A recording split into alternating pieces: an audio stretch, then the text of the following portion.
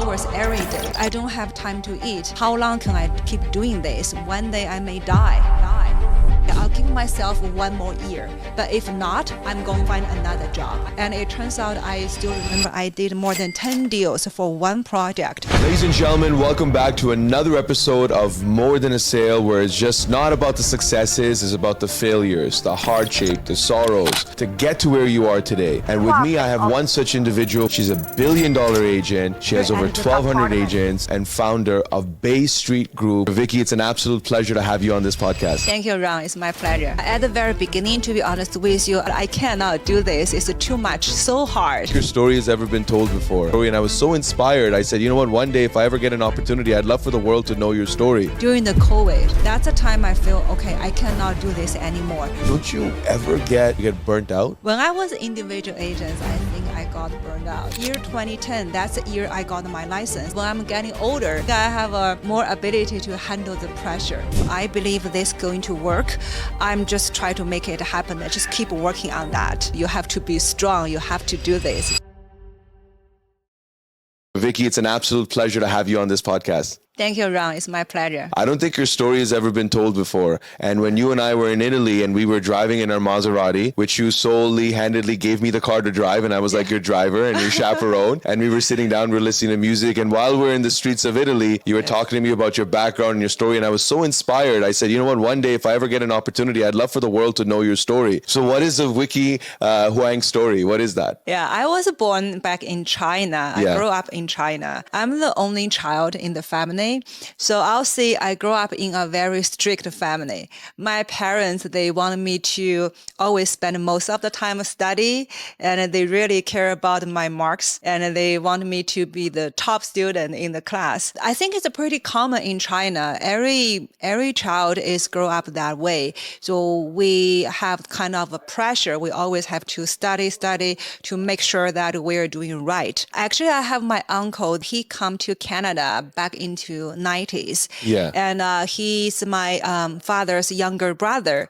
And he told my father all the time to say, okay, one day you should send Vicky to Canada to study. But actually, this is what I want. I want to go to the place that I have more freedom. Yeah. Maybe I don't have to study that hard. Yeah. Yeah. So that's how I've been sent to Canada. I come here to do my master's degree. Yeah. So I studied mathematical finance at U of T. And how old were you when you came here? I was in my early 20s. Early 20s. Yeah. Were you scared? Were you excited? How were you feeling when your parents tell you, okay, you know what, we're going to send you to Canada now? I was very excited about that. Yeah. I said, okay, sure. This is my first time I can stay away from my parents. Yeah. I just by myself, I can do whatever I want. Yeah. That's my initial thinking. But when I really come here, I feel it's actually very challenging. Here in Canada, I think the university is also very strict. It's not easy for you to get the very high mark, and every day you have to work really hard. Yeah. I saw my classmates, they almost sleep in the classroom. Oh, wow. They don't have time to take a shower. They don't have time to eat. Everybody just study. But when I just come here, sometimes I don't even understand other people's talking because I have to also study English. Yeah. Yeah, that's really challenging for me. When you came here, you could not, did you know a little bit of English at all? I do. Just a little bit, but a few words to get by. Yeah, still it's kind of the new country. Everything is new to me. Also, I have to study even harder.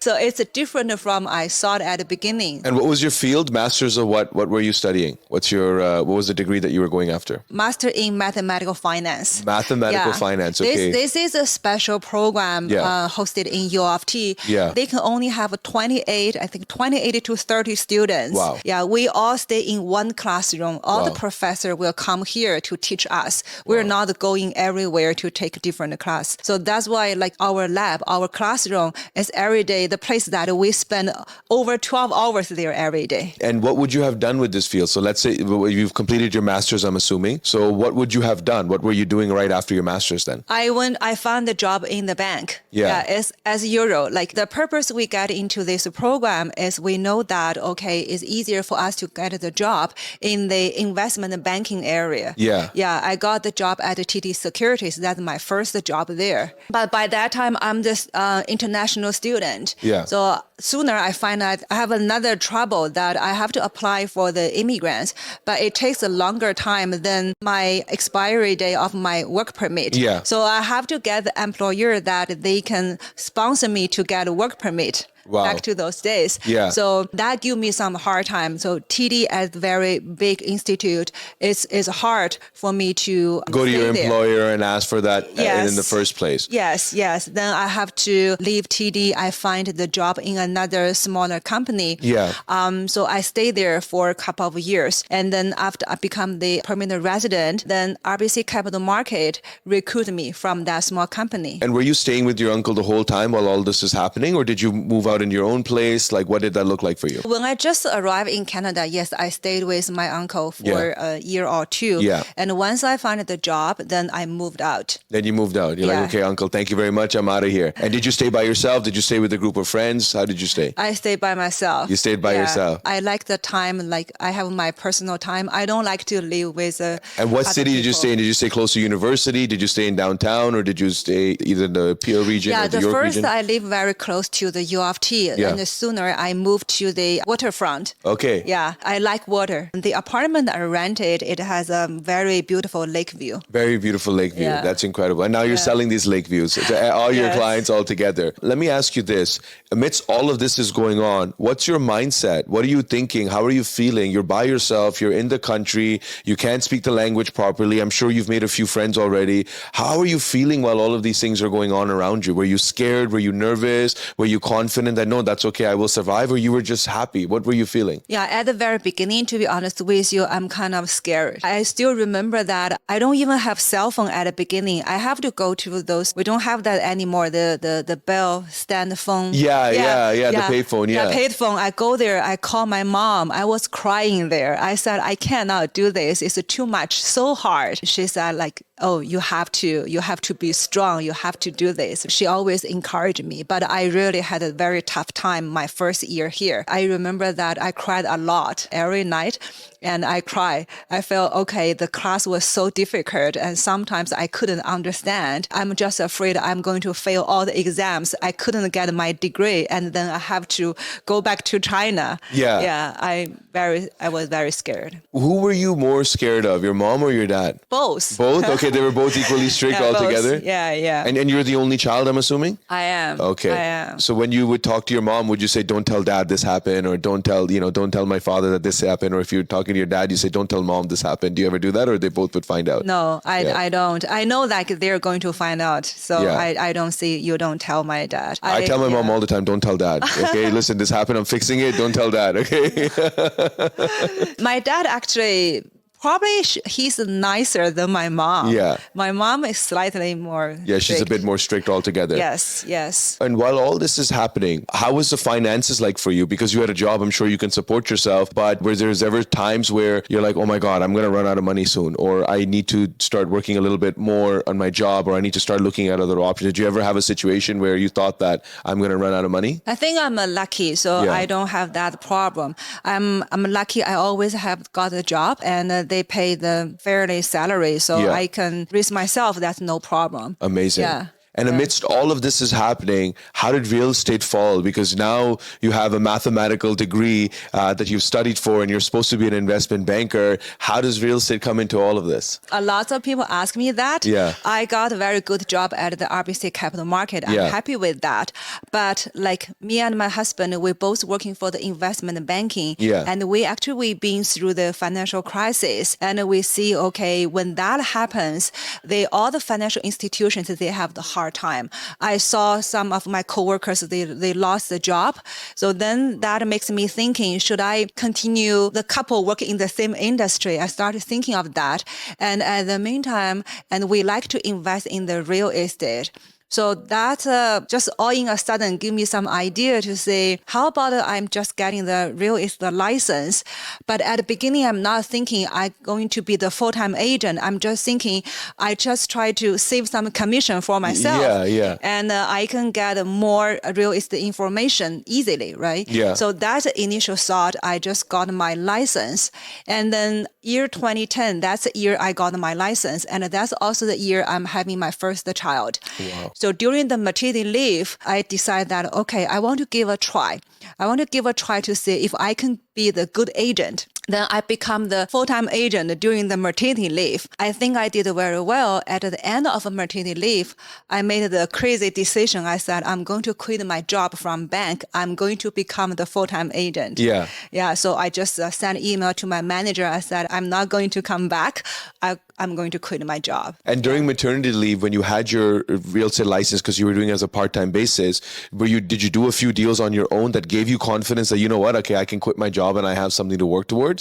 Or did the deal start happening afterwards? During the maternity leave, when I started full-time, I think I always have the deal coming in. Actually, I did a lot of pre-construction deals for that year. Yeah. It just happened all in a sudden. I have no clue why those clients coming to me. Probably because I bought one unit there myself. Yeah. And I told my clients to say, this place is close to my home. Yeah. And I think it has good potential. So I'm going to just buy one as investment myself. And then all my friends, they said, oh, okay, send me the information. Let me take a look. And it turns out I still remember I did more than 10 deals for one project. Wow. Yeah. So that gave me a lot of confidence. Okay. I think, okay, I can become the real estate agent. I can make the money here, right? Then I started doing a lot of, not a lot, but I doing the resale at the same time. Then I did the calculation, my commission income compared with my income from the bank. Apparently I make more from the agent, right? That gave me the confidence. I said, okay, let me quit the job. Yeah. But I'm not that confident how long that could be. I'm telling myself that, okay, I'll give myself one more year. So maybe the first year, just everything by lucky, right? If I can make the relatively same commission for the second year, yes, I will officially become the full-time real estate agent. But if not, I'm going back to bank, find another job. Yeah. So I give myself another year. So you gave yourself a time place. Okay, you know what? One more year. If I don't do this, okay, I'm going back to my job altogether. Yes. Now, when you first started out, let's start from there. Now, you just got your real estate license. You're like, oh, wow, I just did about 10 deals. And then when you had to give yourself another year, like, let me prove to myself that I have what it takes to be a really good agent. What was your mindset? What were you doing to find business? What were you doing to generate business? What were you doing to really relay the information? And because there's so many agents in the pre-construction industry, well, not at the time, actually, there's not many agents in the pre-construction industry. Exactly. There was a very tight knit on access, and access was very difficult. So how did you build your access and then do so while simultaneously doing transactions? So actually, I was focused on the resale by that time. Yeah. Even though the first year, I think I was lucky. I made like 10 pre-construction deals, but I'm still thinking like resale will be something I'm more interested. Yeah. So from the second year, I think majority of my transaction, they are the resale. But I understand that prospecting is the key for the agent because we have always looking for the new clients. That's how can we constantly have all those revenue coming, right? I have to think of different types of the prospecting marketing ways. I have no clue. I just try everything. I put my advertisement on those Chinese website, and I went to their website, and there's some group chat there. People always asking the questions, all those strangers, and I was just there to answer all the questions. If I see anyone is asking the real estate question, or they have an inquiry about some specific property, I will send them a private message right away. And I got a few deals from there, all the strangers, except for the first year I sold in pre-construction to my friends. From the second year, majority of the transactions that I did is from strangers, the people I don't know.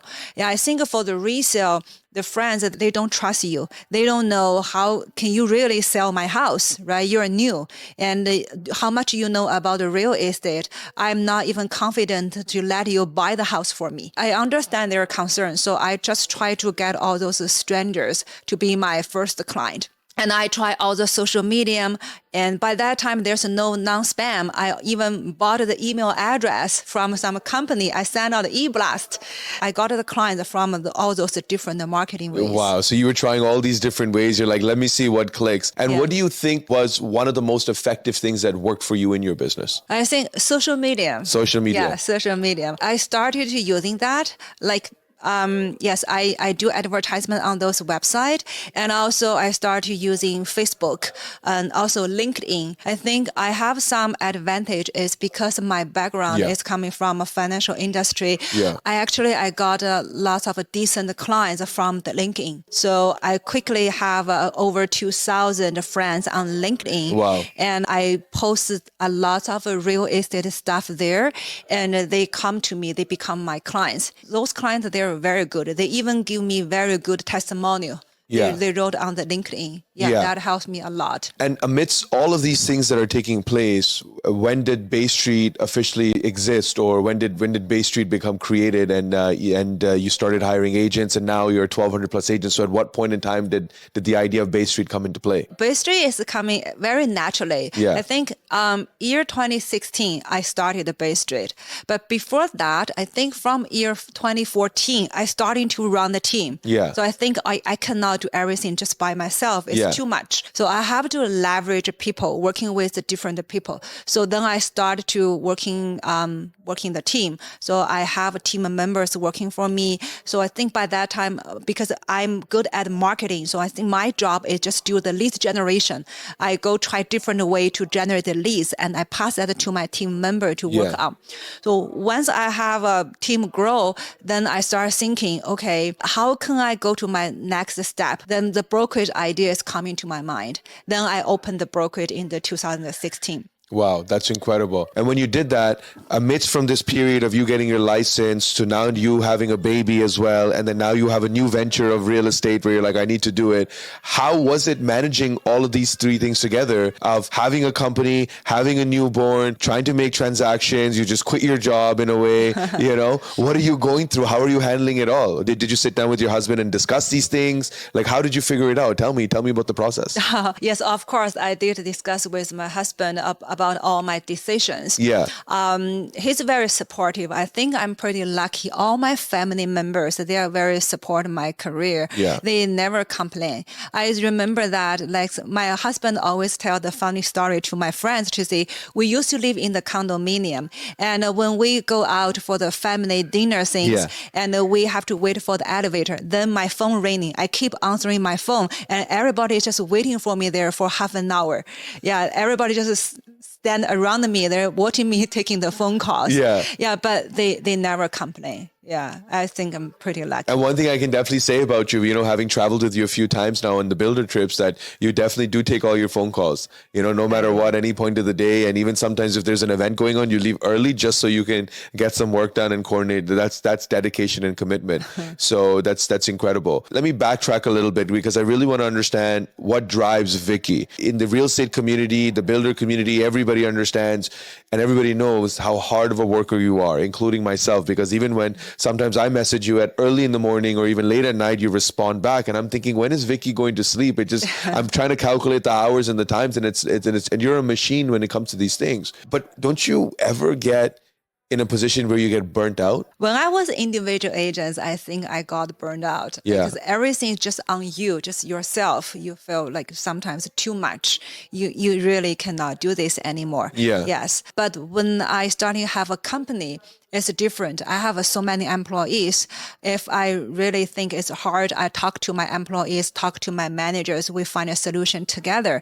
They help me a lot. So I don't feel that much pressure. And also I feel like more more responsibility. I'm not just by myself anymore. If I don't want to work, I don't need to work today. But when you're running the company, like every staff is just calling you, ask about the decision. I'm the decision maker, right? I cannot stop. Then I start to get used to that. And also when I'm getting older, I think I have a more ability to handle the pressure. Yeah. So what was that period in your life or in the career where you just reached one point where like, I need to change the way I'm working. Otherwise I'm going to crash, and I'm going to crash really hard. And I think any entrepreneur has always had that one period in their time where they're like, I need to change the way I'm working. Otherwise I can feel it any day. The engine lights are all on in the car, and the car is going to stop anytime now, but the car is still going. So at what point was that for you? For sure. I think it's happened to everybody, right? Yeah. I think, yes, when I just working by myself, I work over 12 hours every day. I don't have time to eat because I just had a baby. I even know, my body shape still, I'm really fat and I barely can eat, but my body still looks very fat. I don't have time to do any exercise. And then I still feel like I kind of have healthy issue, right? You feel, I have a painful here. I'm not feel comfortable, but still people calling you, okay, Vicky, I need to see this house. Can you show me this house today? And I always have to sacrifice and to go out working with the clients. That's a time I feel, okay, I cannot do this anymore. That's a time makes me thinking, okay, I have to start as a team, right? I have to build up my team, let people to handle part of my job, hire the admin, hire the assistant to handle lots of my job. Also to think about, okay, if I do not change, I can't. I always thinking I can't even survive. My brokerage cannot survive. Every year, end of the year, when I were on vacation, I started to think about, what should I do next year? Can I survive next year? I always have those questions in my mind. See, you and me are so alike because I also think the same thing every day. Like, okay, what's next? And we're always trying to figure these things out. What's a day-to-day look like in your life now? Still pretty busy. I'm not busy with the clients anymore, but I'm busy go to all those events. I see you all the time to developers events, and also have meetings with my manager, with my staff, have a meeting with my agents. I think every day just about meetings. You've achieved some amazing stats. I mean, you were telling me you did 2,000 transactions in 2021. Almost every year you're hitting almost $1 billion in gross and pre-construction sales. These are massive numbers. How do you go up from there? It's like, do I want to beat my number from last year, or what's different for you now? Because after hitting successes back to back, how do you stay motivated yourself? One thing is, I think because of responsibility here, that is something you can, okay, once I choose this career, I cannot just quit. I have to make sure that all my stuff being taken care of, all my agents. Because when they come to me, they have a lot of hoping. They said, oh, Vicky, I want you can help me go to my next level. I feel the responsibility there every day. I help them to build up their career path. Before, when I was young, I was thinking one day if I can make $1 million, I'll be really happy. I just go to retire and go travel all around the world. That's my thinking. And then when I'm getting old, I'm thinking money is not $100 million now. Money is not everything. So I have to find another thing to make me feel excited. And let's shift the focus to you now rather than your work. What gets you excited? Okay, I have a brand new agent joining me a couple of years ago. The day when he joined me, he's brand new, no nothing, like the blank paper. But I know he wants to be successful. At the beginning, he's my staff. And then later on, he come to me to say, oh, Vicky, I feel like if I become the real estate agent, I can make more. I said, you only look at the good stuff. You didn't look at like a lot of agents, they are actually struggling. But I said, if you want, you can give a try. I give them the guidance, how to start. And they follow my instruction, exactly follow my instruction. And they're smart people. I'm taking Vicky's advice, but I'm also thinking which way is going to work for me. I give you the opportunity. I give you some people to help you build up the team. Then I start to say, okay, he's actually running the team better than me. And then later on, I say, okay, if you want to go to the next level, what's the next level? Then they open their own brokerage. I'm still helping them, still their mentor. Or I'll say not mentor. Today's, I think my position is kind of admin person for them. So I help them to make sure they can focus on what they are really good at. I make sure the rest of the stuff being taken care of. Yeah. Then they can grow their brokerage. So this is something I think make me feel really excited. It's kind of, I created this person, the new person, and he becomes so successful. Yeah. I feel even happier than myself make lots of commission. Yeah. So that is something make me really passionate still about this career. And I think in order to survive, I always have to change my business model. Every time when I change my business model, that's something new to me.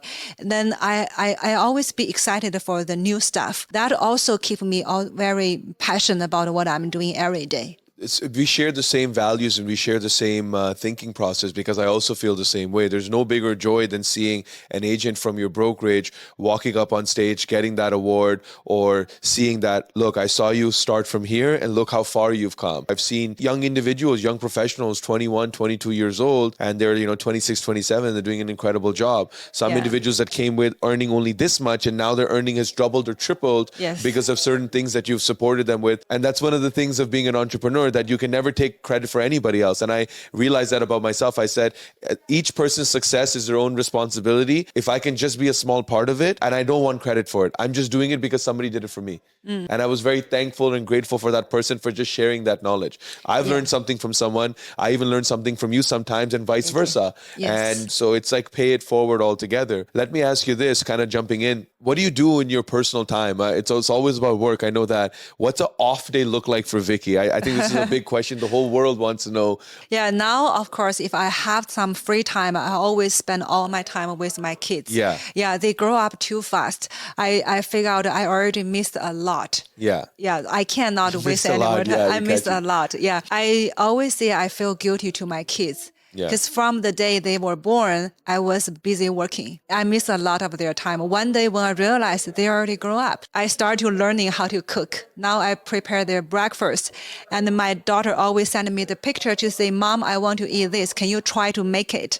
Then I have to learn how to make that dish. If I have time, if she want to go shopping, I go shopping with her. And my son is the same thing. Like whatever he want to do, I just try to be a company if I have time. That's incredible. And when you were telling me like I missed a lot of time, and it seems like there was a period where you're like, I need to stop this because I'm going to miss a big chunk of their period because they're growing up so fast. So is that a little regret of yours that you're like, I can't miss any more of their time of watching them grow in action? To be honest, yes. When I was young, I didn't realize that. Even I heard some story from other realtors. They said, don't worry about the kids complaining during the Christmas and bring them to Disneyland. They will love you again.